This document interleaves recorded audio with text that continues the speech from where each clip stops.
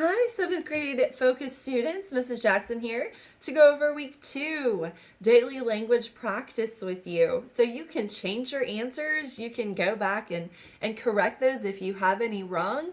This is an opportunity for you to check your understanding because I'm going to explain the right answers. But if you have further questions, feel free to message me on Canvas and I'll get back with you. All right, so let's go over these 10 questions this week. Going forward, you will have 10 questions each week. You can complete them at your own pace. If you want to do 2 every day, that's great. That shouldn't take you very long. Or if you say, hey, it's Monday and it's posted, I'm going to get all 10 knocked out today, and then I don't have to do any of the rest of the week, that's okay too, okay? You have that freedom of choice. Just make sure you complete all 10 by Friday, please, of each week. Okay, here we go. Let's go over question number 1. And feel free to pull this up on your Chromebook as well. And these are practice quizzes. So you can change your answers just like we did in class, you guys. Okay, you can change your answers to get the right answer on these and easily make 100%. Question 1. Choose the correct word for this sentence. Harold Calvert is the man who or whom got a credit card for his dog, Ginger. Okay, so let's read it both ways. I always tell you, fill back in the blank, read both options in the original sentence and see which one does make sense. Harold Calvert is the man who got a credit card for his dog, Ginger. That sounds just fine. Let's just double check with the other option. Harold Calvert is the man whom got a credit card for his dog, Ginger. So what do you guys think on the answer on this one? The answer is who. W-H-O. Who. So let's go on to question 2. Choose the correct word for this sentence. It's kind of like question 1. Whomever or whoever would give a credit card to a dog. Let's read it both ways. Whomever would give a credit card to a dog. If we say it like that, it kind of sounds like it's a fragment. It kind of sounds like it should keep going with more information. Let's read it with whoever. See if that has any improvement to our ears. Whoever would give a credit card to a dog. That's the right answer. Whoever would give a credit card to a dog. Yes. All right, number 3. Add correct punctuation, end punctuation that is, end punctuation at the very end of the sentence, to the following sentence. My question is this. Who pays the dog's credit card bills? Okay, notice I did quotation marks because this is dialogue. This is where someone is actually speaking. So it says, my question is this. And it's asking a question, right? Or is it making a statement? Or is it exclaiming something? Should it get an exclamation mark?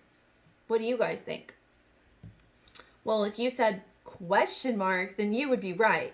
Because it even says, my question is this. And it's asking a question. So please end with a question mark for your answer. Question 4. Choose the correct word.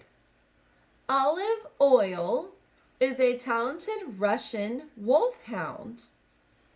She is, okay, we have lots of options. Adopt, and repeat after me. Adopt, adept, adapt, adapted, at skipped rope.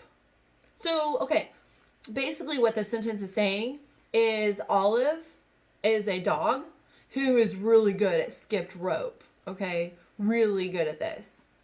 So, if you're really good at something, what's another word for that? Does that mean you are adopted, does that mean you are adopt at that skill?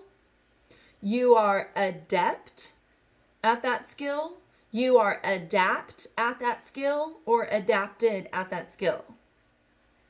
This one you may need to go onto dictionary.com and feel free to look up the meanings of these words to assist you.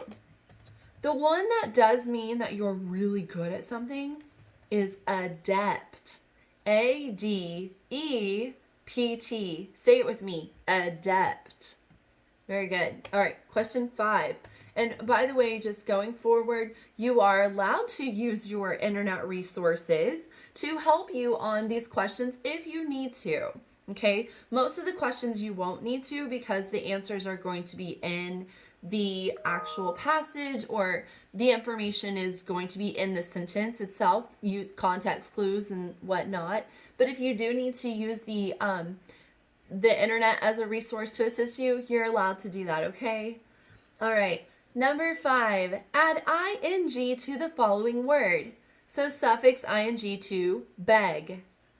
So when we add ing to beg, we have to repeat the consonant G. So we can't just say B-E-G-I-N-G. That would be begging, okay? And you don't want to change beg, like you don't want to change the letters or anything. Keep it B-E-G for your root word, but add another G. B-E-G-G-I-N-G. And there's your answer. Question 6. Same concept here. We're adding a suffix to a root word. We're going to add ing again to hope. Okay, this one you're going to have to change, right? Because you can't just spell hope and then add ing. Okay? You have to take off what letter?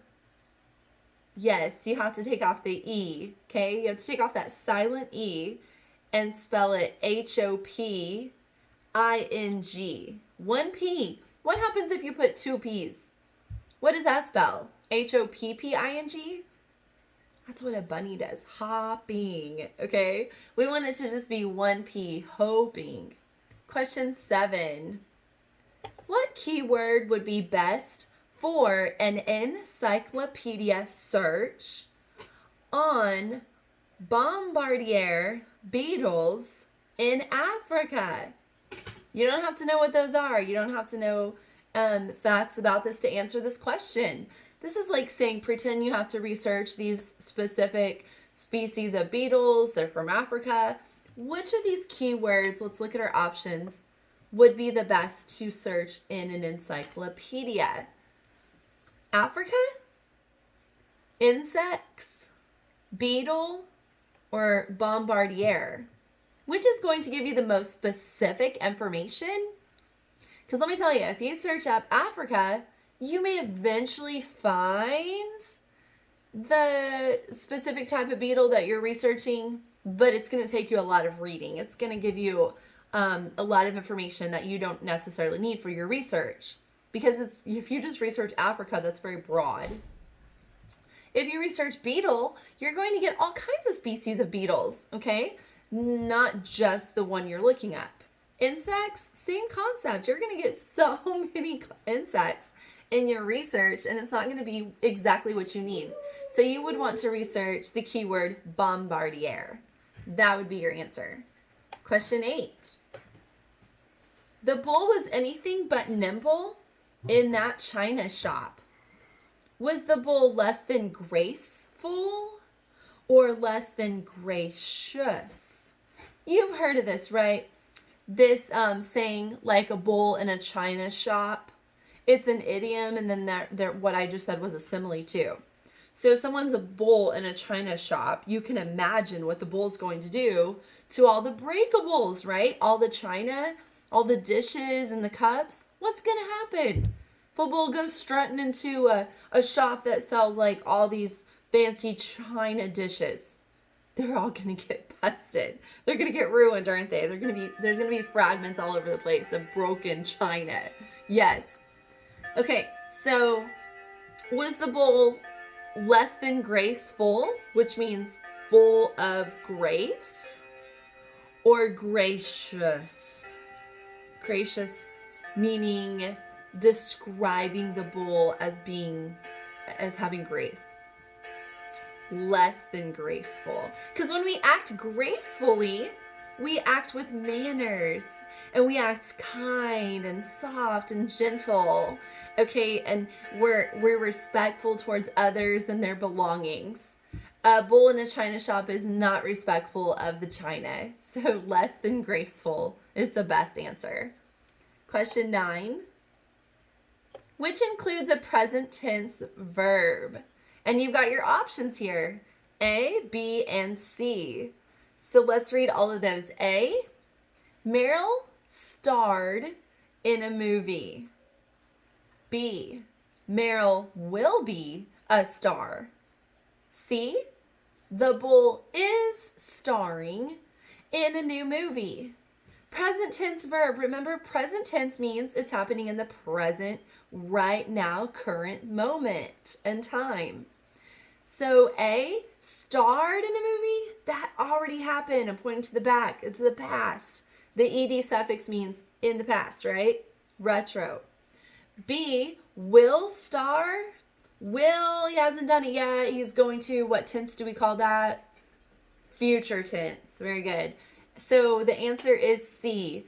Is starring. The ing suffix means present tense verb. Question 10, last one. Hope you're doing great. Hope you're getting all these right. I bet you are. I know how smart you are. 10.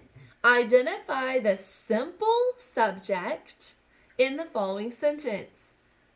When the darkling beetle is threatened, he stands on his head and squirts out a bad-smelling liquid. Ooh. Don't want to threaten that beetle. That would not be fun, would it? All right. The simple subject. The subject means who or what the sentence is about. And it's usually at the beginning, and it's going to be before the verb, the action. So the verb here is. Actually, it's a linking verb in this case, so there's no really action. Until you get to squirts, and then that's also part of the predicate of the sentence. So our subject needs to be before squirts. What is the sentence about? Who or what? Beetle. Yes, beetle is the subject. And that is the simple subject because it's just one word. Simple meaning simple, like one thing. If it said complete subject, we would have to have all of the words leading up to the verb. We would have to have all the adjectives, all of that. But when it says simple subject, it's only one word. Okay, so beetle. Have a great weekend. And if you have any questions, message me on Canvas. Bye, guys.